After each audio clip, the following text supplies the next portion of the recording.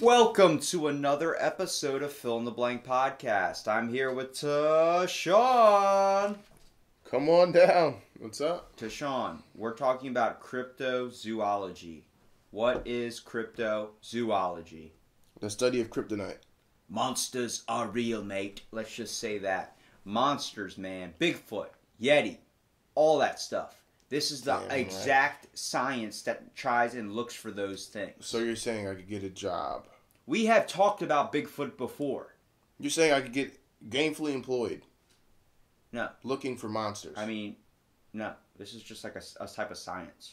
Yeah, I can become a cryptozoologist. I don't know how much money you make off that. Damn it. It's just your study or belief in cryptids. Yeah, let's get into it. These people call what they do cryptozoology. Zoology meaning the study of animals, and crypto meaning shit we made up. Pretty much. Gillette said that.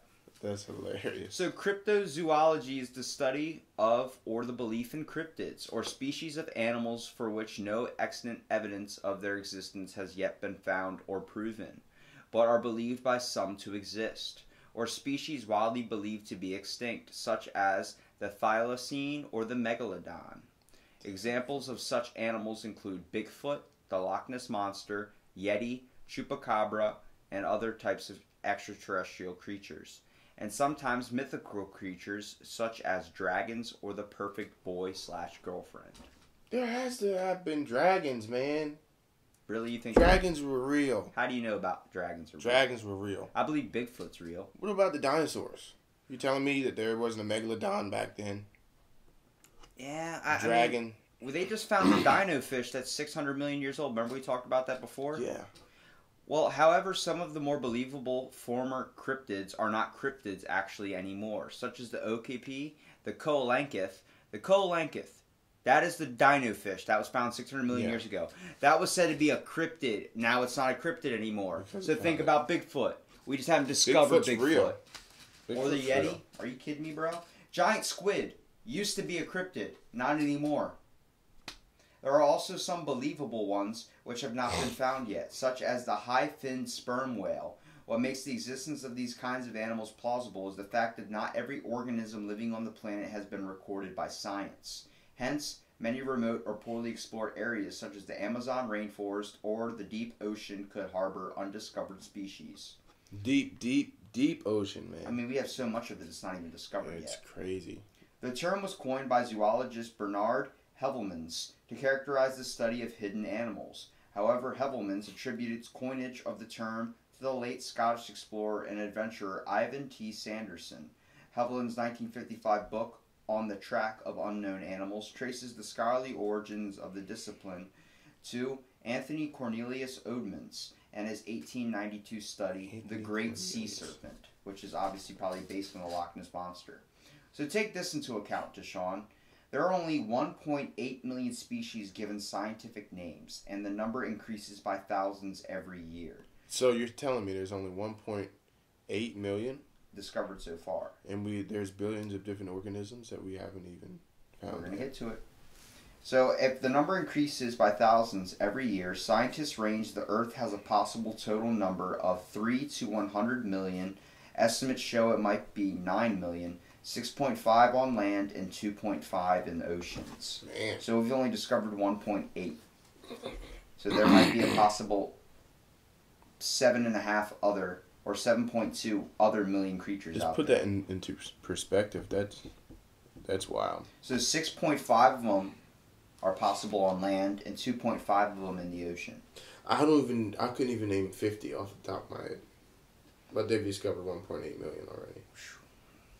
So much land is undiscovered that 9 million is a conservative guess. So saying 9 million is playing it low. It's like Price is Right or Jeopardy. It's like, it's definitely Price is Right. Yeah, Price is Right. It's your underballing it. It's like the one person picks $1 and you pick $1 or 99 cents or 99 cents. You're undershooting. Yeah. So cryptozoology and science. Cryptozoology is not a clearly defined academic field which, for example, can be undertaken as a degree course. After all, it is difficult to scientifically examine the biology and behavior of a species that has no known living individuals, or a species that hasn't yet even been conclusively proven to exist. As such, cryptozoologists vary from highly qualified zoologists with an interest in unproven species to amateur Bigfoot enthusiasts. That's what we are. Amateur. We're amateur Bigfoot I'm a enthusiasts. damn professional. You're a professional Bigfoot enthusiast? Yep. What have you done for Bigfoot lately? I don't know. Have you eaten jerky? Yeah, actually. All right, then. You've obviously promoted enough growth for the professional. sustaining economy. I told you. Some follow the scientific method while others clearly do not, and many are overly influenced by belief in cryptids. In these respects, cryptozoology is somewhat akin to UFOology and various forms of paranormal research. Paranormal activity. The more respectable end of cryptozoology tends to shy away from looking for the big-ticket mysterious animals in favoring of examining species or habitats that have been studied in little depth. Zoological research turns up a wealth of new species every year, including mammals. The application of genetic sequencing is a powerful tool in characterizing species, and has even shown more cryptids to be hiding in plain sight. What was once thought to be a single species turns out to be two. For example, however, those cryptozoological discoveries don't have some brain recognition as Bigfoot or Nessie, and are generally ignored by the most excitable cryptozoologists, right up until they find themselves having to defend the field as a whole from skeptics. In recent years, there has been some debate among the scientific community as whether cryptozoology should be given greater recognition and be made the subject of deeper research. Oh, yeah. Although consensus still tends to regard it as a pseudoscience, because many of its practitioners rely on unscientific methods to prove their findings. Generally, even cryptozoologists themselves consider it a subdiscipline within zoology or biology, rather than its own distinct field. So the study of cryptids, cryptozoology, they don't consider it a major field, but it definitely stems off like a secondary field of a major field like biology or zoology. Because you are studying animals and you also are using biology to help discover. I mean, they're doing a job too. How come they're not getting credit for a job? Is it really hard to believe that there isn't, like we haven't discovered everything in the world? Exactly. And think about it. What species or mammal do you think Bigfoot would be related to? Monkeys, obviously. Great big apes, right? Yeah. So, of course, these fine female and males are doing great work, just like any other Yetis scientist. are probably just a subgenus of, like, the Bigfoot species. Yeah. Or They is say it a it's species of its own? Paleopithecans or whatever it is. Yeah, I heard of that when we talked about it last time. Yeah.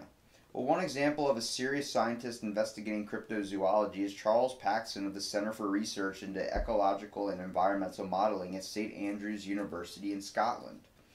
A legitimate academic biologist whose expertise includes surveying fish and penguin populations. He has also published peer-reviewed studies on sightings of aquatic monsters. His work includes a statistical analysis of sightings of the Loch Ness Monster. I have podcasts about the Loch Ness Monster. It's so you can't discover everything in Loch Ness, no matter how many deep dive missions they've done and how it is just like a small area. The problem is the water never freezes, which can't sustain life, and it's hard to think that this thing would just sit in one spot and let it be found. It was going to move around and try and hide itself, if everything. But a lot of people turn it into this hoax and try and publicize it, just like Roswell has turned into the giant UFO spot. They literally have a UFO McDonald's. Like, it's literally McDonald's in the shape of a flying saucer. They publicize that as like, welcome to Roswell, New Mexico. Get your UFOs landed here shirt. I've been captured shirt. I've been probed shirt. They got the whole thing. Loch Ness does the same thing. Wow. They all go, Nessie's here. I met Nessie. I live to tell the tale. There's someone in Delaware who has a house shaped as a flying saucer. Just wanted to throw that out there. I mean, hey, maybe he's a UFOologist. Well, examples of some famous cryptids that actually might exist. Bigfoot. Of course. What do you know about Bigfoot? Bigfoot is he's not just one person. Remember, we found out he was a multitude of species. He's believed to be like we said, related to guardian of the forest. Great apes or monkeys. and he is a guardian of forest. 8 feet, probably even taller. 10 feet, I would say. Bigfoot, also known as Sasquatch, is a large hominid-like creature which allegedly inhabits the forests of the northwestern United States and British Columbia. Despite numerous claims of sightings, there have been no remains found or any kind of serious physical evidence. If Bigfoot exists, it's very good at cleaning up after itself and identifying and avoiding hikers with good cameras. The next one is the Yeti. The Yeti is actually near like the Tibetan mountains and type over there in that kind of Asian culture. Yeah. The Yeti is a hominid similar to Bigfoot. It's said to inhabit high regions of the Himalayas. Some Nepalese have kept signs in their samples of the creature. Unfortunately, those tested to date have instead belonged to mundane animals such as a goat or a yak. The Loch Ness Monster. The Loch Ness Monster, or Nessie, is probably the best known cryptid, due in part to the locals using it to promote tourism. The aquatic beast is said to live in Loch Ness, a body of water in Scottish Highlands. Numerous blurry photos and videos exist, but physical evidence of its existence has yet to be found.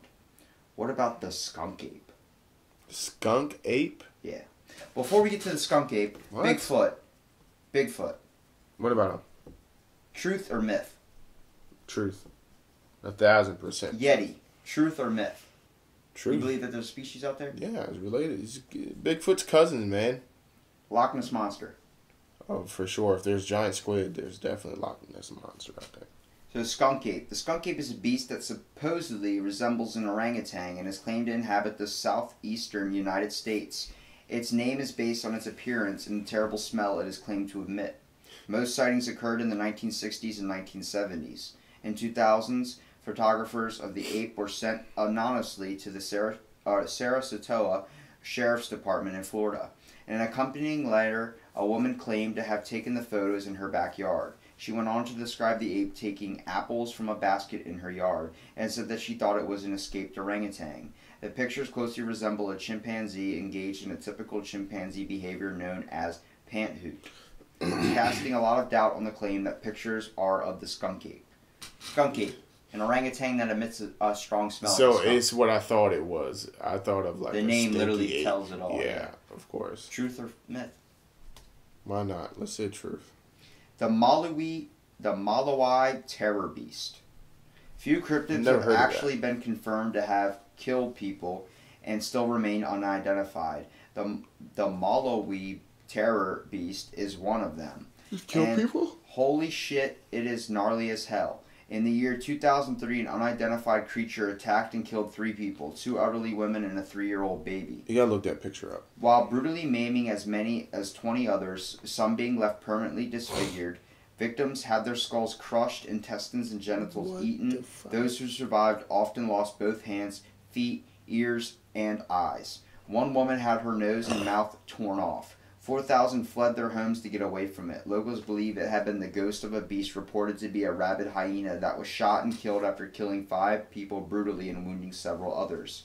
Come back from the dead to extract revenge. A more rational explanation would be the wrong animal was killed and it was a rabid hyena. However, witnesses and residents who have seen the creature dispute this, claiming that the terror beast's legs were way too big to be a hyena's. Keep in mind, these people live in an area where they are very likely to come into contact with hyenas and thus would know what they are talking about. Exactly. The Malawi terror beast remains unsolved to this day, with a popular theory being a mutant hyena. So let's look up the Malawi terror. What's your thought on all that? I've never heard of that's that. known to kill somebody. I've heard of all the rest of the cryptid, but I've never heard of this. Whoa! That's like a giant hyena. Yeah, it looks... It seems like it has the same pattern. It literally looks like a werewolf. But just bigger. And hyenas are vicious. It's like a mix of like a saber-toothed tiger and a hyena. The thing is huge. So what about the orang-pendek? I've never heard of that. A bipedal ape-like creature with orange fur resembling that of an orangutan. It is reported to be found primarily on the island of Sumatra, but also thought Indonesia and Southeast Asia. What's that called? We're gonna look it up. Orang-pendek. Orang-pendek. Orang-pendek.